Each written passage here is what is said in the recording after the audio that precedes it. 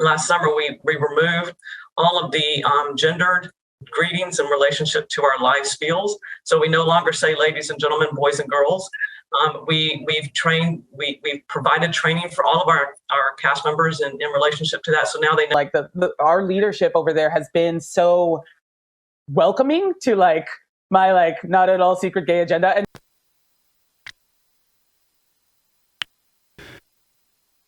get ready.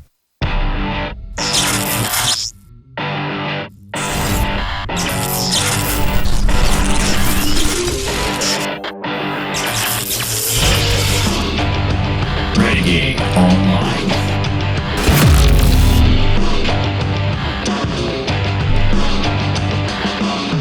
Well, welcome back, folks. Another fine day here at Valiant Renegade. Good to see everybody out there. And if you are like one of the many that are watching this video that are not yet subscribed, please hit that like button and that subscribe button. Hit that notification bell, that share button onto the social medias, and do leave a comment before you head out the door today. So, I have been debating whether or not to really do this because this is getting pretty tired as far as I'm concerned for my channel. But here's the thing. We talk about the business and financial side of Hollywood here, do we not? Of the entertainment industry, do we not? And in particular, Disney, do we not? Well, unfortunately, it seems that this is what is the business of Disney nowadays. It is a hyper one-sided political ideology that is now hijacking, or has completely hijacked, some may argue, the entire Walt Disney Company, a very small number of employees and executives put in place by previous CEO Robert Iger, that have effectively left a corporate time bomb ticking in the Walt Disney Company, and I think now it's pretty much starting to go off. We saw it in the last few weeks when a small handful of Disney employees raised a holy stink over a piece of Florida legislation. Did videos on that. You're welcome to go back and watch those. Again, they're all fact-based. We actually read the Florida legislation, tell you exactly what's in it, what it means, and what it doesn't mean. So you can go back and watch that. Well, the Reimagine Tomorrow program is the brainchild of this Vice President of Diversity, I believe is the actual title for this lady. And that is, the programs that we have here. Disney launches the digital destination to amplify underrepresented voices. That is what you saw the videos leaked from yesterday. And the Chief Diversity Officer for the Walt Disney Company, Latondra Newton. That is somebody who was hired by Mr. Iger back in 2017. Is now running that division of the company. She is responsible for putting this program in place. She is also ostensibly responsible for what you saw recently with the Disney walkout. Certainly at least a part of it. But that being said, we are here today to discuss these particular videos. And for that, we are going to use our buddy over there at thatparkplace.com, WDW Pro, who, by the way, I know a lot of you are interested in seeing. That interview will be coming to the channel very soon. Did not expect to be doing this video for today, but I wanted to take a moment and just share some of the videos that have leaked online and some of my thoughts as well. I don't want to get too deep in the weeds on this, frankly, because it's frankly a high-risk endeavor to do these kinds of videos on YouTube. YouTube's algorithms are not terribly friendly to discussing things like this. They can be downright mean. So we have to be kind of careful about this. And again, I lament it only in the sense that it needs to be discussed, since we talk about the business of Disney here. And again, this seems to have become the business of Disney, at least in recent weeks. So let's go through some of these videos, and let's just leave it there. Let's just go through some of these videos. Here we go. Meredith Roberts and like our leadership over there has been so welcoming to like my like not at all secret gay agenda. I've had the privilege of working with the Moon Girl team for the last 2 years, and they've been really open to exploring queer stories. And I'm here as a mother of two queer children, actually, one transgender child and one pansexual child. How does that work? last summer, we removed all of the gendered greetings in relationship to our life skills. So we no longer say ladies and gentlemen, boys and girls.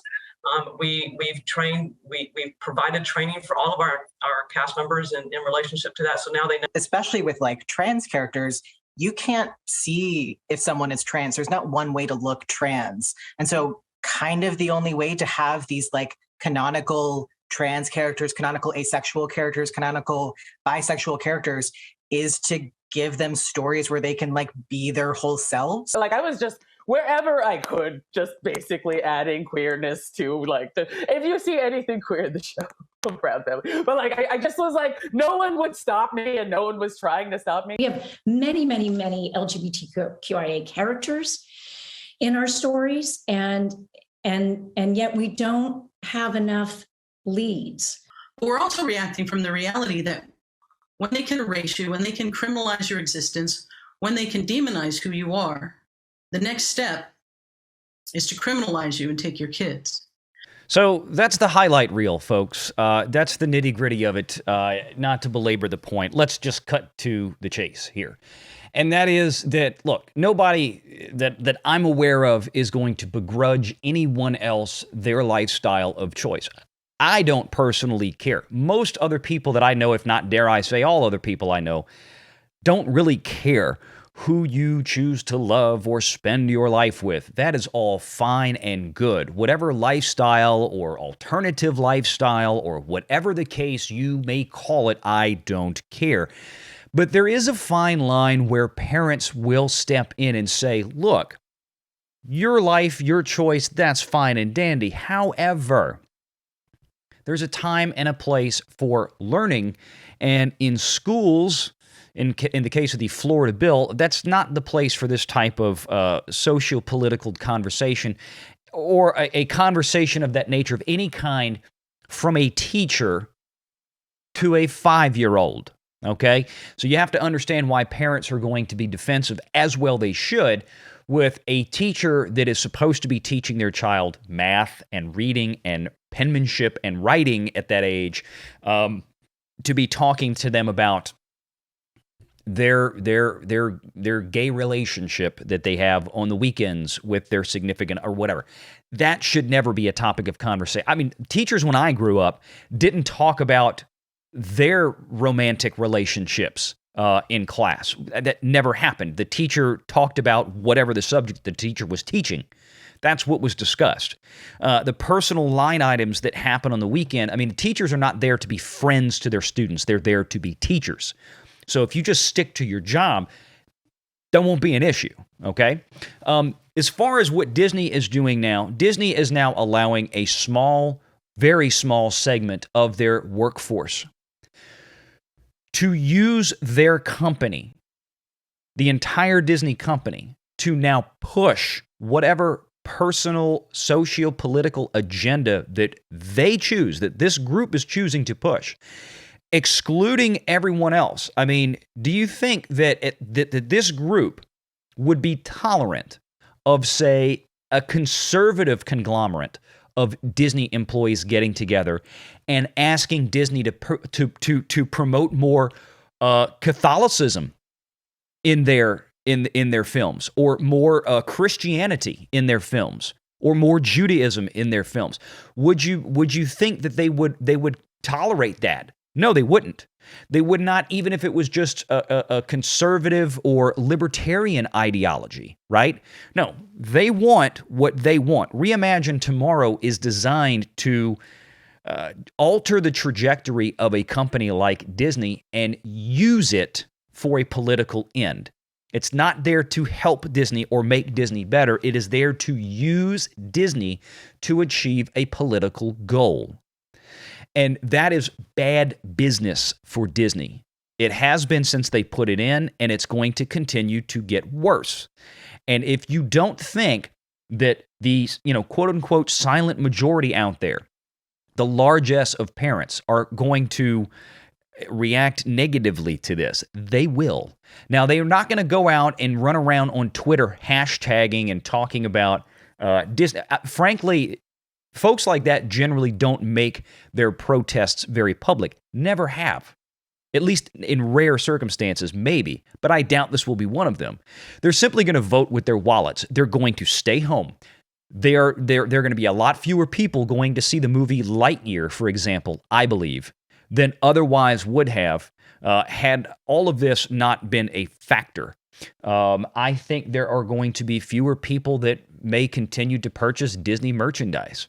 I think over time, if Disney continues to push this into the public sphere, if they allow this group to continue to use the multi-billion-dollar enterprise that is the Walt Disney Company to push out their socio-political agenda, one that, quite frankly, I believe the majority of parents do not want pushed onto their young children, okay, it's not going to help. And again, these are just my thoughts going through this from a business perspective. Again, nobody is going to sit here and persecute or prosecute any of these employees for having their opinions. Nobody is going to do anything to them or their children for being who they are and choosing the lifestyle that they have. I don't condone that. I don't know anybody who does condone that, okay, or who would condone that. But there are no such laws on the books that would do that to any individual like these folks here. But what is a problem, like I said, is the fact that they want to use Disney to push their own ends. And that is going to go very, very badly for Disney. That is where the line in the sand has to be drawn. Just because you don't allow somebody to use somebody else's property to push their own personal opinions onto other people does not mean that you disrespect them in any way as a person. It simply means that, look, this is a business. It's going to be run like a business. We are going to make sure that we can appeal to the broadest audience possible, meaning everybody out there. And if we start injecting this, that, or the other thing into every property that we put out there, then we are going to alienate a significant portion of our audience. That is a bad business model. And Disney is going to have to get a grip on this. I realize right now they feel like they're still reeling from all of this recent mess that they have allowed themselves to be entangled in the last few weeks regarding Florida legislation. But they're going to have to figure a way out of it, because this kind of stuff here, this going forward, and thank you to Christopher Rufo for bringing this to the world's attention, because he is the one that has been tracking and following the progress, I guess, for lack of better words, of the Reimagine Tomorrow program since he first brought it to light about a year and a half ago. So this is where we are, folks. You guys can go over to thatparkplace.com and check the article out. But Disney cannot sustain this business model very long if this is what is going to continue. They are now signaling to the world this is the road that they are going down. Let's see how many people follow them. Until next time, good to see everybody once again. Please make sure you hit that like and subscribe button, hit that notification bell, share this sucker out on the social medias, and do leave a comment before you head out the door today. Thanks so much, and take care.